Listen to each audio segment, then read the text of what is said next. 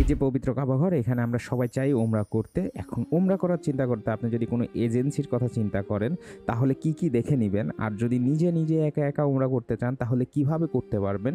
সবকিছুই আজকে আমরা দেখাবো এই ভিডিওতে এবং কিছু স্পেশাল টিপস থাকবে যেগুলো আপনাদেরকে সাহায্য করবে ওমরাকে সহজ করার জন্য। ইনশাআল্লাহ সেগুলো আপনাদের অনেক উপকারে আসবে। ওয়েলকাম টু দ্য ওমরা ব্লগ। আসসালামু আলাইকুম। আমরা যাচ্ছি এখন এয়ারপোর্টের উদ্দেশ্যে। আমাদের প্লেন এক্স্যাক্টলি ৫টার সময় এবং আমরা ১২টার সময় চলে যাচ্ছি এয়ারপোর্টে। কারণ আমাদের এক্সপেকটেশন আমাদের ২ থেকে ২.৫ ঘন্টা লাগবে আমাদের ইমিগ্রেশনে। এবং এই ইমিগ্রেশনের মাঝখানে আমরা এই উমরার যেই প্রসিডিউরগুলো আছে সেগুলাও হচ্ছে কমপ্লিট করে নিব। আপনারা যদি একা, একা যেতে চান তাহলে কি, কি ডকুমেন্ট লাগবে? প্রথমে একটা ভ্যালিড পাসপোর্ট লাগবে, সাথে লাগবে আপনাদের একটা ভিসা এবং ভিসা করতে আপনাদের আর এখন কোনো এক্সট্রা কিছু করতে হবে না। আপনারা জাস্ট mofa.gov.sa তে চলে যাবেন। সেখানে যে ই-ভিসার অ্যাপ্লাই করে দিবেন পেমেন্টের মাধ্যমে। পাসপোর্ট, ভিসা, ক্রেডিট কার্ড এগুলো যখন আপনার কাছে হয়ে যাবে, আপনার খালি প্রয়োজন হবে ক্রেডিট কার্ডের মাধ্যমে আপনার প্লেন বুকিং করা এন্ড আপনার হোটেল বুকিং করা। That's it. তারপরে আপনি নিজের মন মতো যে ঘুরে আসতে পারবেন এবং খরচ অবশ্যই এজেন্সির থেকে কম হবে। আমরা এয়ারপোর্টে এসে প্রথমেই আমাদের ব্যাগ বুকিং করে দিই কারণ গেট ওপেন ছিল এবং আপনারা যারা একা, একা যাচ্ছেন তাদের অনেকের সন্দেহ থাকতে পারে কিভাবে আমরা উমরা করলে সঠিক উমরা হবে। আপনারা পুরো ভিডিওটা ফলো করুন।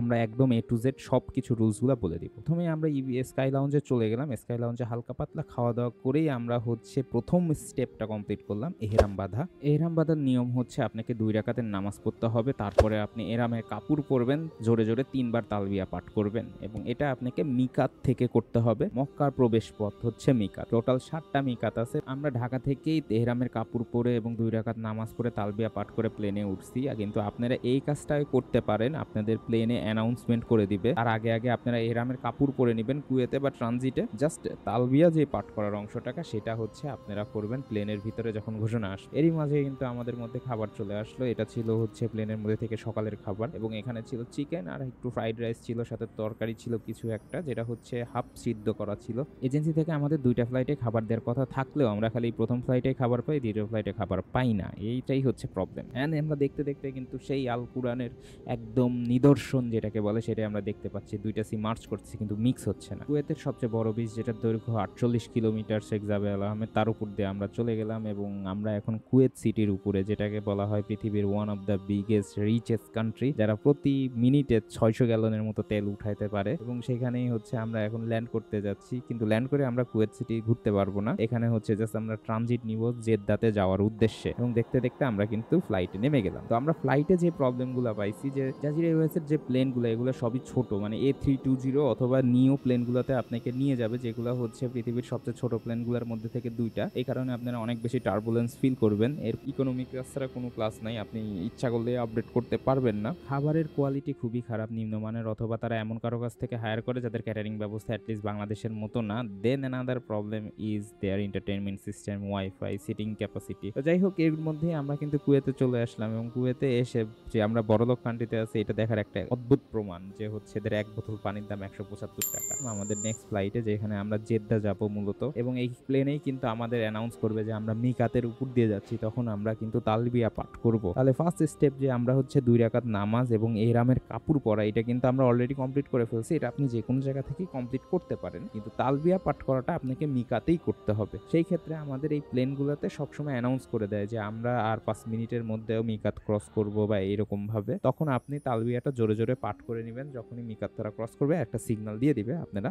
তালবিয়া পাঠ করবেন। আমাদের নেক্সট ফ্লাইটটা রানওয়ের একদম মাঝখানে আছে, সেখানে আমাদের গাড়ি দিয়ে নিয়ে যাবে। তো আমাদের যেই প্যাকেজটা ছিল, এই প্যাকেজের মধ্যে কিন্তু ট্রানজিটের টাইম উল্লেখ করা ছিল এবং আমরা চেক করে নিয়েছিলাম। আপনারা অবশ্যই যখন প্যাকেজ নিবেন সেক্ষেত্রে দেখবেন যে আপনাদের ট্রানজিটের জন্য কতক্ষণ ওয়েট করতে হতে পারে। এটা কিন্তু 1-1.5 ঘন্টা কি 2 ঘন্টা ইজ গুড, বাট এর চেয়ে বেশি হলে কিন্তু আপনাদের একটু কষ্ট করতে হবে, কারণ এয়ারপোর্টে থাকা কিন্তু খুব একটা মজার কিছু না এবং এখানকার খাবার দাবার সবকিছুই হিউজ এক্সপেন্সিভ। এবং আমরা কিন্তু এই যে প্লেন যাচ্ছে এটা আমরা কাইন্ড অফ সিরিয়ালে পড়ছি, যে প্রথমে সৌদি এয়ারলাইন্স উঠবে, দেন আমাদের কুয়েত এয়ারলাইন্সটা চলবে এবং দেখতে দেখতেই আমরা তেলের শহর কুয়েত সিটিকে ছেড়ে চলে যাচ্ছি আমাদের জেদ্দা মক্কা উদ্দেশ্যে। এবং সেইখানে কিন্তু আমরা যে নবী রাসূলের যে প্রথম শহর মক্কা, সেইটা কিন্তু আমরা দেখতে পাবো। এবং কুয়েতের উপর দিয়ে যেতে যেতে আমরা কিন্তু সৌদি আরব পৌঁছে গেছি এবং সৌদি আরবে 2030 সালের উদ্দেশ্যে যে ফুটবলের যে অ্যাডভান্টেজ তারা তৈরি করার ট্রাই করছে, সেটা কিন্তু দেখা যায় যে অনেক পরিমাণে ফুটবল স্টেডিয়ামে ভরা এবং অনেক মাঠ কিন্তু আমরা যেতে যেতে দেখতে পাইছি। এর মধ্যেই আমরা জেদ্দাতে ল্যান্ডিং করতেছি। জেদ্দা এয়ারপোর্টে নামার পর আপনার সর্বপ্রথম দায়িত্ব হবে একটা সিম তুলে নেওয়া, যেই সিমটা আপনারা ফ্রিতে কালেক্ট করতে পারবেন। আপনার জাস্ট পাসপোর্ট দেখানোর মধ্যে আপনাকে একটা মোবিলি কোম্পানি তারা হচ্ছে ফ্রিতে সিম দিবে। মোবিলি বাদেও আরো আছে এসটিসি এবং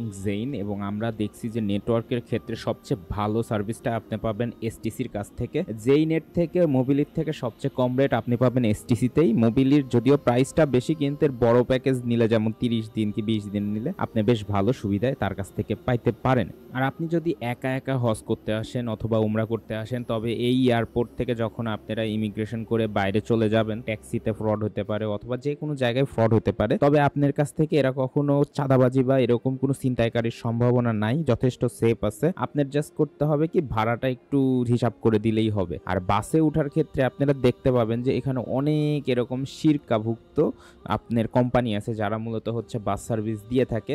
আপনি এরকম অনেক বাসে যে কথা বলে উঠে নিতে পারেন। এখানে অনেক বাংলাদেশি আছে, প্রতি বাংলাদেশের ফ্লাইটে দেখবেন যে 100-200 হাজিরা তো আসেই। তো তাদের সাথে আপনি যোগাযোগ করে তাদের বাসেও যেতে পারেন, আবার হচ্ছে আপনি ট্যাক্সি ভাড়া করেও যেতে পারেন। ট্যাক্সির খরচটা হচ্ছে আনুমানিক আপনার 200 থেকে 250 রিয়েলে পড়ে, যেটা হচ্ছে 4 জন মিলে যাইতে পারে। আর বাসের হিসাবটা তো আলাদা, কারণ এটা হচ্ছে কোম্পানির আন্ডারে চলে বা শিরকার আন্ডারে চলে। আমরা উমরার প্রথম স্টেপ কমপ্লিট করে ফেলছি, যেটা হচ্ছে এহরাম বাঁধা, এহরামের কাপড় পরা, তালবিয়া পাঠ করা, সেগুলা কমপ্লিট করে কিন্তু আমরা রেডি উমরা কমপ্লিট করার জন্য। এখন আমরা জেদ্দা এয়ারপোর্ট থেকে আমরা চলে যাচ্ছি মক্কায়, এবং সেখানে আমরা হোটেলে চেকিং করে মোটামুটি কিছু খাবার খেয়ে সেই অবস্থাতেই আমরা কাবা ঘরের উদ্দেশ্যে চলে যাব। সেখানে যে আমরা কাবা ঘর প্রথমে 7 বার তাওয়াফ করব। 7 বার তাওয়াফ করার পরই আমরা মাকামে ইব্রাহিমকে সামনে রেখে কিবলামুখী হয়ে 2 রাকাত নামাজ পড়ব। 2 রাকাত নামাজ পড়ার পর আমরা সেখানে জমজমের পানি খাবো। জমজমের পানি খাওয়ার পর সেখান থেকে আমরা সাই করা শুরু করব। সাই বলতে বোঝানো হচ্ছে সাফা মারোয়ার মধ্যবর্তী যে ডিস্টেন্স, 7 বার যাতায়াত করব। এই 7 বার যাতায়াত করাটা আসলে কি বোঝাচ্ছে? সাফাতে দাঁড়িয়ে আপনি সর্বপ্রথম দাঁড়াবেন সাফাতেই, সাফাতে দাঁড়িয়ে আপনি মারোয়াতে যাবেন, এটা হচ্ছে একবার। মারোয়া থেকে সাফাতে আসবেন, এটা হলো 2 বার। তাহলে এইভাবে আমরা 7 বার কমপ্লিট করে আমরা আমাদের মাথা চুল কেটে ফেলবো, এবং মাথা মুন্ডন করাটা হচ্ছে ওয়াজিব। তাহলে আমরা ওই মাথা মুন্ডন করে ওমরা কমপ্লিট করব। ওমরার জন্য বিভিন্ন দোয়াগুলো কিন্তু আপনারা অনলাইনে পেয়ে যাবেন, এবং এরই মাধ্যমে কিন্তু আমরা পৌঁছে গেলাম আমাদের হোটেলে। এবং আমাদের হোটেলটা কিন্তু এই যে উপরের টপে যেটা আছে সেটাই, এবং এটাকেই আমি বলতেছিলাম যে পাহাড়ের উপরে। এখানকার পাহাড়গুলো মানে এই না বাংলাদেশের মতো মাটি কেটে কেটে আপনাকে উঠতে হবে, রাস্তা করে দেয়া আছে সুন্দর মতো, কিন্তু এই রাস্তাগুলো দিয়ে উঠতে যে কি পরিমাণ কষ্ট হয় সেটা যে উঠতেছে তারাই একমাত্র বুঝে। আমরা এতক্ষণ বসেছিলাম, তারপরও যখন প্রথমবার উঠতেছিলাম তখনও মনে হচ্ছিল যে পা লেগে যাচ্ছে, লাইক লিটারেলি আপনার মাথা সামনের দিকে ঝুঁকে এইখানে পা দিয়ে উপরে উঠতে হবে। সো বয়স্ক ব্যক্তিদের জন্য এরকম হোটেল আসলে খুবই কষ্টকর জায়গা হবে। আর স্পেশালি যখন আপনারা দিনে 5 বারের মতো হারাম শরীফে যাতায়াত করবেন, তখন আপনাদের জন্য এরকম পাহাড়ের উপরের এই হোটেলগুলা অনেক কষ্টদায়ক হবে, হাঁটুর জন্য ক্ষতিকর হবে, পায়ের জন্য বেশ ক্ষতিকর হবে, কেননা আপনাদেরকে সেই জায়গাতে কিন্তু বারবার যেতে হবে, এবং আপনারাও চাইবেন না হারাম শরীফের যাওয়া মিস করতে। এর মাধ্যমে আমরা চলে আসলাম, এবং আমরা এসেই মোটামুটি খুব তাড়াহুড়া করে জিনিসপাতিগুলো রাখা ট্রাই করতেছি, কারণ আমরা খুবই চাচ্ছিলাম যে তাড়াতাড়ি আমরা ওমরা কমপ্লিট করে এসে তারপরে রেস্ট করা বা অন্য যে কোনো কিছু করা সেটা আমরা তারপরে করব। আগে আগে আমরা চাচ্ছিলাম ওমরা কমপ্লিট করাই আমাদের প্রথম উদ্দেশ্য। এবং আমরা প্রথমে এসেই হোটেলের পরিবেশ দেখে বেশ ভালো লাগছে। আদার দেন শুধু হচ্ছে ওয়াইফাই ছিল না, এটা একটা প্রবলেম। হোটেলটা আন্ডার কনস্ট্রাকশন, এখনো কিছুই রেডি হয়নি ঠিক মতো। মোটামুটি এই ফ্লোরটা রেডি হয়েছে এবং এই ফ্লোরে আমাদেরকে উঠানো হয়েছে। সো এখানে আসলে অতিরিক্ত লাভের আশায় আমাদের যে এজেন্সি ছিল সেই এই কাজটা করছে। এত সবকিছুর প্রবলেমের মধ্যেও আমাদের নিজেদের কাছে আসলে ভালো লাগার জায়গাটা ছিল যে আমরা সহি সালামতে পৌঁছাইতে পারছি, এবং আমরা যাবো এখন ওমরা করতে। এবং আপনারা যে বামে ডানে যত জায়গা দেখতেছেন, একটা কথা যদি আপনারা চিন্তা করেন, এই জায়গাগুলো সম্পূর্ণ ছিল কোনো না কোনো সাহাবীদের। এখানে সম্পূর্ণ সাহাবীদের বাড়িঘর ছিল এই বামে ডানে সব জায়গায়। এটাই একটা বিশাল আবেগ ঘন পরিবেশ, এবং আমরা সবাই এক্সপেক্ট করতেছিলাম কাবা ঘর দেখে কেমন একটা মনের মধ্যে ফিলিংস হবে, সেটাও একটা বড়, কারণ আপনি আজীবন একটা জায়গাকে লক্ষ্য করে আপনি নামাজ পড়ছেন, আল্লাহকে উদ্দেশ্য করে আল্লাহর জন্য সিজদা করছেন, পুরা মুসলিম উম্মার জন্য যে ইউনিটির জায়গাটা আপনি যেটা আজীবন টিভিতে বিভিন্ন জায়গায় দেখে আসছেন সেটা আজকে সামনে দেখবেন। সো এটা একটা বিশাল বড় এক্সপেকটেশন থাকে। এবং আমরা যেই রোডটাতে আছি এটা হচ্ছে আজ জিয়াদ রোড, এবং এই রোডটাতেই হচ্ছে